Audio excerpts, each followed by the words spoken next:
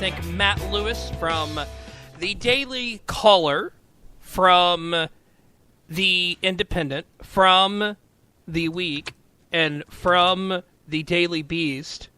Wanted to make sure I get all of those in for being on in the last half hour and discussing smart conservative versus dumb conservatism, Michael Moore, and Chris Kyle. It was very fun. But now, very happy to be joined by two new hosts here on Vigilant Liberty Radio. That would be Jen Van Laar and Scott Hounsell. Guys, how are you doing? Fabulous. Fantastic. Thanks for having us. So what is this? Because Liz Harrison, the queen of VLR, comes to me, I don't know, about 2 weeks ago. It's like, hey, we've got a new show that's going to happen on Fridays. It's like, really? What's this show? It's like, well, it's going to be with Jen Van Laar and Scott Hounsell. And it's like, great. What's the, great. That's perfect. I love that we're expanding. So now that I have y'all on at the same time, what's the show? What's it going to be about? Well, Scott, why don't you tell him what it'll be about, and then I can maybe fill in some other things. Absolutely. So we were just talking back and forth. She's a badass and I'm a smart ass. So between us, we got two asses talking about politics, about things that are, current events, pop culture, those things that everyone kind of follows, but providing some kind of funny, sarcastic analysis into it. Between the two of us, we I guess a few weeks ago we were talking about how, if we could record our conversations every day, people would be entertained by them. And I said, well, why don't we do a show? So we floated the idea around and talked to a few people, and they said, absolutely, go for it. So we're going to be starting the show. It's going to be on Fridays. We're between Liz Harrison and the right mics, and we're excited about our opportunity to kind of get out there on Vigilant Liberty and talk about those things that are important to people out there. What in particular are y'all going to be focusing on? Because y'all are both out in California. Is it going to be California stuff? Is it going to be national stuff? Is it going to be a little bit of both? How's that going to work out? It'll be a little bit of both. Of course, California leads the nation in just ridiculous things. And so we have a firsthand look in that. We both work in politics in California, so maybe even a closer look than other people might get. So in order to warn the rest of the country of what might be coming their way, we can point fun at some of these ridiculous ideas that get floated here. Right down the street from where I live, we have a new DMV that simply handles illegal driver's license for illegal immigrants. That's the only type of business it does out of it. And it's just funny to me that, like, okay, let's go out and spend all this money to do something that the other branches of the DMV can do anyway. So it just, again, going back to the fact the state, if there's a way to waste money, the state finds a great way to do it. And you got to give them style points for, hey, let's build a big choo-choo train when we're all broke. And not even a train that goes anywhere that anyone really wants to go. Most people are wanting to leave the Central Valley, so maybe it'll be a one-way train. From Madera to Bakersfield. Woohoo! Yeah. Oh, man. Yeah. So y'all basically just, y'all were just going back and forth and just said, hey, let's do a show? Pretty much. I've been writing for IJ Review for about the past year, and I've had other times I've been guest on radio show. I've substituted for Michael Hausum on his radio show as a guest host, and so I have a little bit of experience in that way and the journalistic thing. And so then Scott and I met through political things here in California, said, hey, let's join our snark and our smartass and analytic ability and make something entertaining. All right, so I just had a question in the chat room for both of y'all from George Templeton, a.k.a. Templeton the Rat. Why, if these two hosts are sane and lucid, as I assume they are, do they still live in California where the inmates run the asylum? It's funny you should mention that. I'm actually planning an escape at some point in the next 6 to 8 months. We'll see if I'm able to get out of the asylum. Unfortunately, we got to leave the true freedom fighters behind to help shore up those other inmates and the other conservative inmates, and really let them know that help may be coming. And that's why I'm leaving Jen. Well, oddly, and I get this question from people, why did you come back? I'm a native of the LA area, and I lived on the East Coast for about 20 years and just couldn't wait to get back the whole time. And I'm one of those true believers, optimistic, glass half full. I grew up in the Reagan years in California and remember how great we were then. And then 20 years of Democrat rule have nearly ruined this beautiful state that I love. And I'm just not willing to write it off. And there are a lot of good conservatives here. If you look at the map, the only really heavily blue parts are around LA, San Francisco, and maybe a little bit of San Diego. And now all the rest of the state is conservative. So we just need to shore that up and get rid of apathy, which I think is a nationwide problem.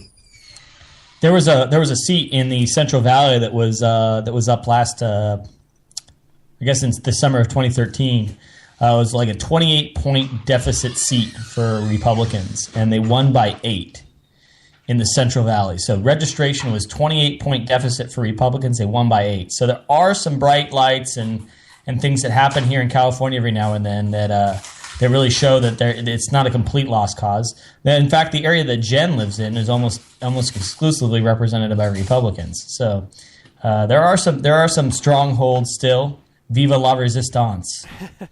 And you had Carl DeMaio come very close to being a congressman against Scott Peters. He only lost by a couple of points, and he's a gay Republican. Yeah, down in San Diego, we've seen a lot of change. In fact, they originally had Filthy Filner down there, and then replaced him with Kevin Faulconer, who's a great mayor down there. He's been doing some great stuff for San Diego. And like I said, there's still some bright lights going on here in California for Republicans. There are some things we can do to shore up other Republicans. Though I am leaving, maybe moving out of the state, I will not be leaving California behind. I'll be back to help out and win races anytime I can. So, from a political perspective, or a political position perspective, where do y'all lean from? Because we kind of like to joke here on VLR that it's conservatives during the daytime and then the libertarians take over at night. Where does that kind of... Where are y'all on the political spectrum? Do you want me to go first? Ladies first, Jen. All right. I'm definitely a fiscal conservative, leaning toward the libertarian end of that, and socially as well. I'm not a full-blown big L libertarian, but on social issues mostly, I'm just, as long as the government is out of my wallet and out of my bedroom, I'm pretty cool. I think that's one thing that Jen and I see pretty much eye to eye on, is the fact that I would consider myself a fiscal conservative. Even when it comes to most things in government, I'm a conservative, but I'm what I call a social libertarian. And that is, I really don't think government should have anything to say about anything that anyone wants to do in their social, the way they exercise their social behavior, social rights. At this point, why does government regulate marriage at all? If you want to deal with the true conservative look at that is that why is government regulating it? There's no reason. It should be purely fees, revenue. It's like revenue. That's it. Oh, you want a marriage license? That's going to cost you $100. So, I mean, really, there's no reason for government to be regulating marriage. And so I think that there's a lot of issues that conservatives, if we were to really espouse conservative values to people, social issues included, that we would win on all these issues. The fact that we get lost in the weeds and we start talking about Todd Akins and the rest of the world that say really, really stupid stuff, kind of going back to what you were saying last segment, saying stupid stuff that it's like, well, we don't need to be saying things like that. Here's how you can win the argument with real conservative small government issues.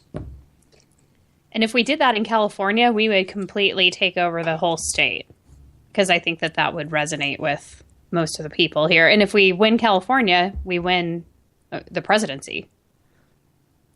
So it's one of the reasons I like being involved here. It kind of comes down to the fact that, and I say this all the time, is who really cares what anyone else wants to do as long as it doesn't encroach on the rights of anyone else, A. And B, how about we just don't spend money we don't have? You know, to quote Senator Rand Paul, it's I don't believe in no government. I believe in $2.1 trillion worth of government, which is what our tax revenue is. So I think that that's probably one of the most accurate ways I can state how I believe in government.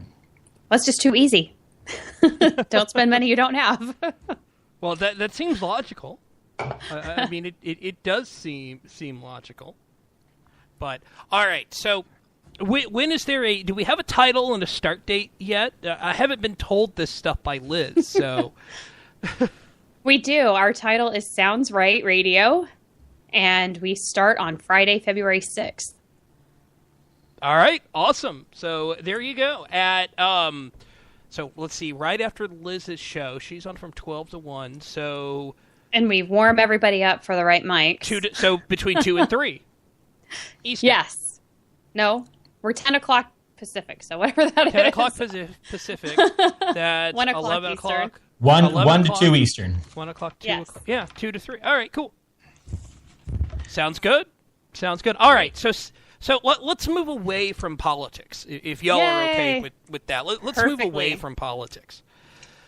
I gotta question the team that y'all support, the hockey team that you support. Really? Oh, you mean the reigning Stanley Cup champion Los Angeles Kings? Yeah, them? Yes, them. Yes, them. I really got to question that. Why? And I got to question, because I'm a Dallas Stars fan. Who? Oh, really?